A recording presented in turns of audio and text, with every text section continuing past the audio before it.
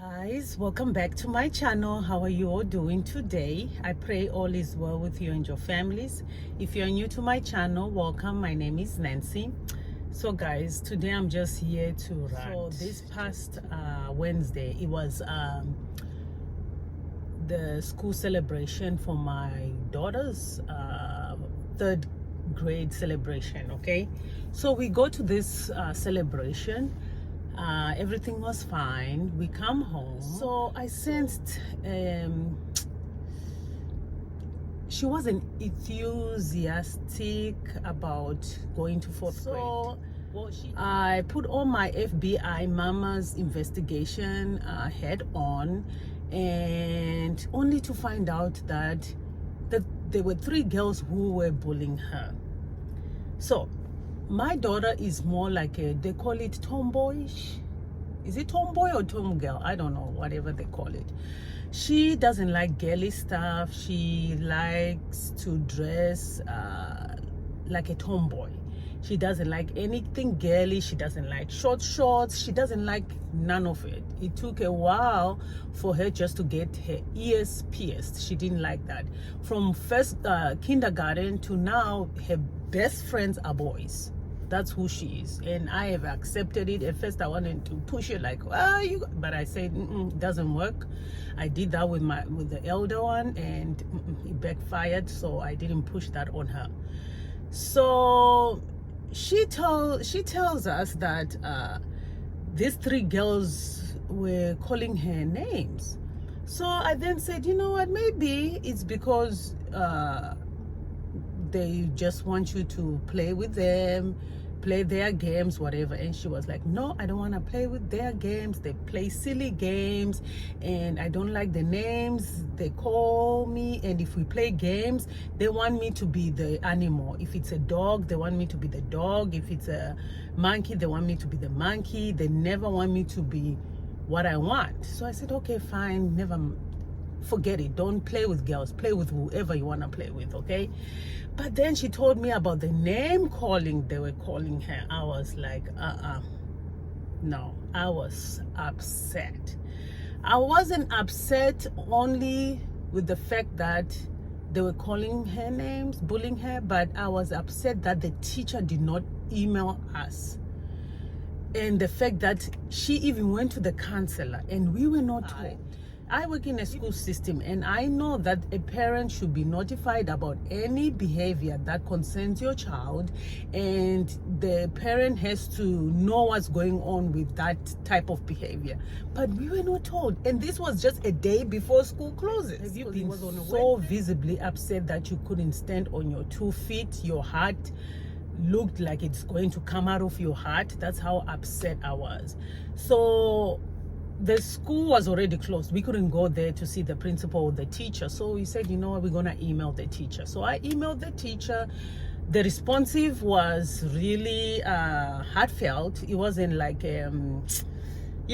okay, so what kind of response. It was really heartfelt. The teacher explained everything, and she did her part. But she missed one part. She did her part by telling the admin. The admin was supposed to contact us. They failed to. The counselor was supposed to contact us. She failed.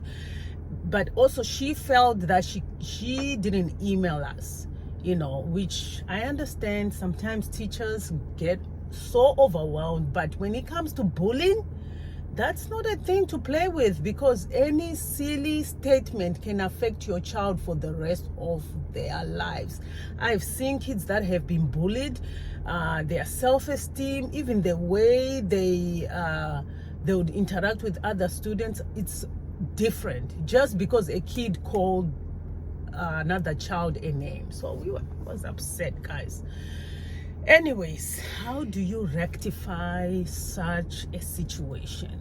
Or how do you let go of something so negative that it affects your whole entire being in a day? How do you just let it go? How do you let it flow? Because I'm coming from a place where they say when you are aware of your emotions, you get to this angry point, you are supposed to just let the emotions be, let them in, feel the emotions, but the way you act on the emotions or the way you let it out must be in a positive manner. So I was just thinking, like, God, how can I act so positive when I feel betrayed? I feel like we were betrayed as parents, or we were overstepped on, kind of. So that's what I'm talking about. Like, how do you let negative emotions flow through you? Because I really know that for most of us, it's really hard to surrender and let go, especially when you are dealing with assault or offense or any negative emotion. It's just hard to just forgive, let go, and be cordial. Because my first instinct is, if I forgive you that easily, it seems like I'm allowing that behavior to be repeated. So the only satisfaction I can get in the situation is I have to show you fire. I have to punish the behavior.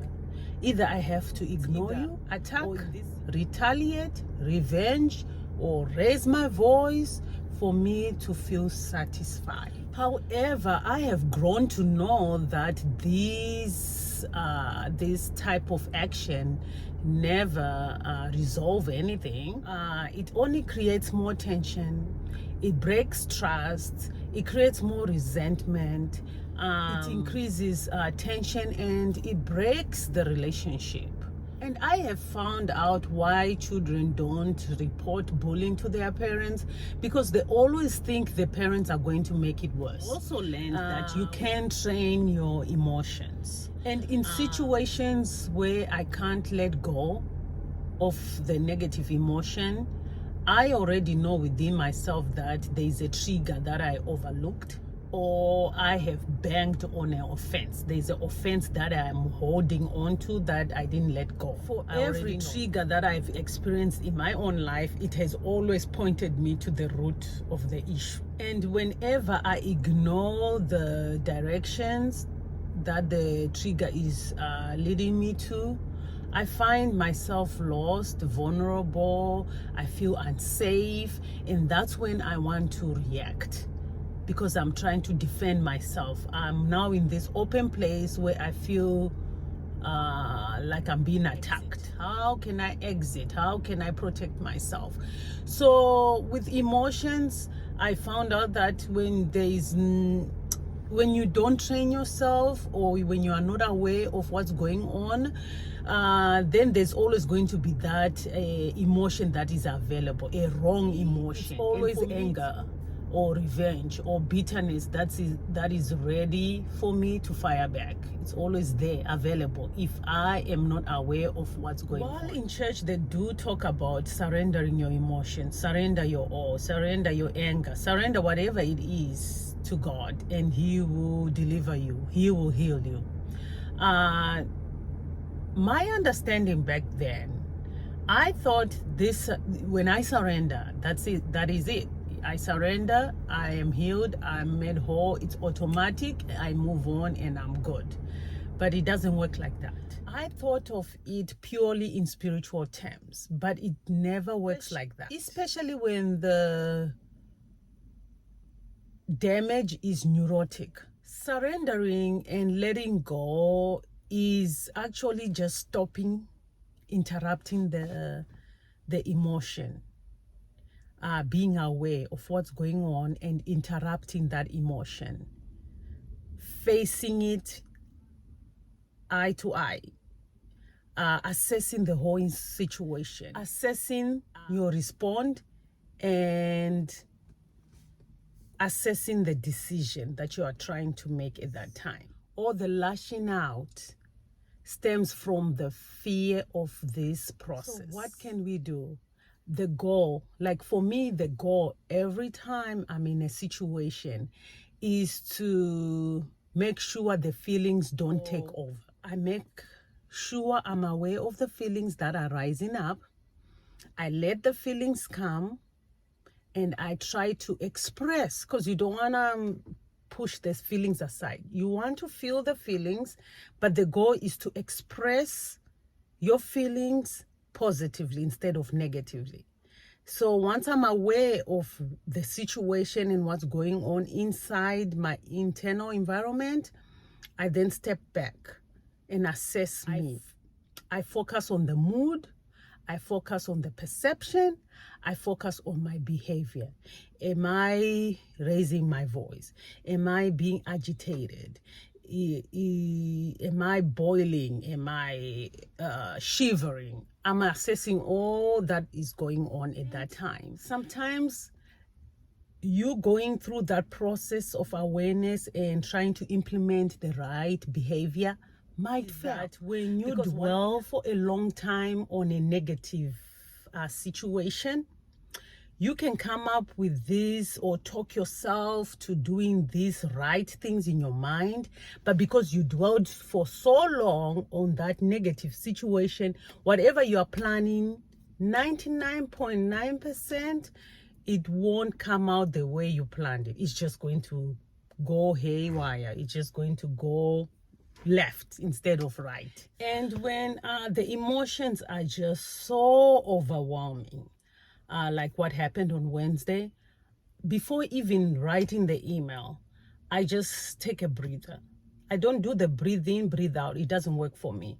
I just go out and work out so hard. I work out or I go for a walk and I just be breathing. I just go for a nice walk, nice stroll, come back. If I'm still so upset, I find something else to do, whether it's cleaning, doing laundry, or cooking, because I'm just trying to declutter the negative emotions that I'm feeling. Because if I write it, my feelings are just going to be the ones writing, taking control. So I'm trying to calm down. So finding something you like to do to calm yourself down is better before reacting or responding to whatever is on the table. And if the emotion still persists, that I can't calm myself down, I go to my journal and I journal all my feelings on paper, because just keep on writing until you feel better. I just keep on writing and writing, and while I'm writing, I'm just talking to God to calm me down, to just help me, because sometimes there are situations that seem too big that you think your natural self can't handle. So you need the super on your natural to help you to calm down, to deliver you from all these from this wrath that you'll be feeling inside. So I do believe it is possible to have negative emotions flow in and flow out, but it is work. It requires God, it requires awareness and practice. You need to ask God for strength to exercise self-control, because once you know how to exercise that self-control, that's when you are able to stop instead of reacting, to see differently, to restrain and refrain yourself, to let go of that ego, to let go of any bitterness, and to forgive. Only self-control can do that for you, but you have to seek God's help, because you alone can never do it. I can never do it alone, because emotions are so deceptive. You can never. God is able, guys. May God continue to sharpen our awareness. May He continue to strengthen us so we can exercise self-control. Thank you for watching, guys. You have a blessed, wonderful week, and I'll see you in my next video. Thank you. Bye.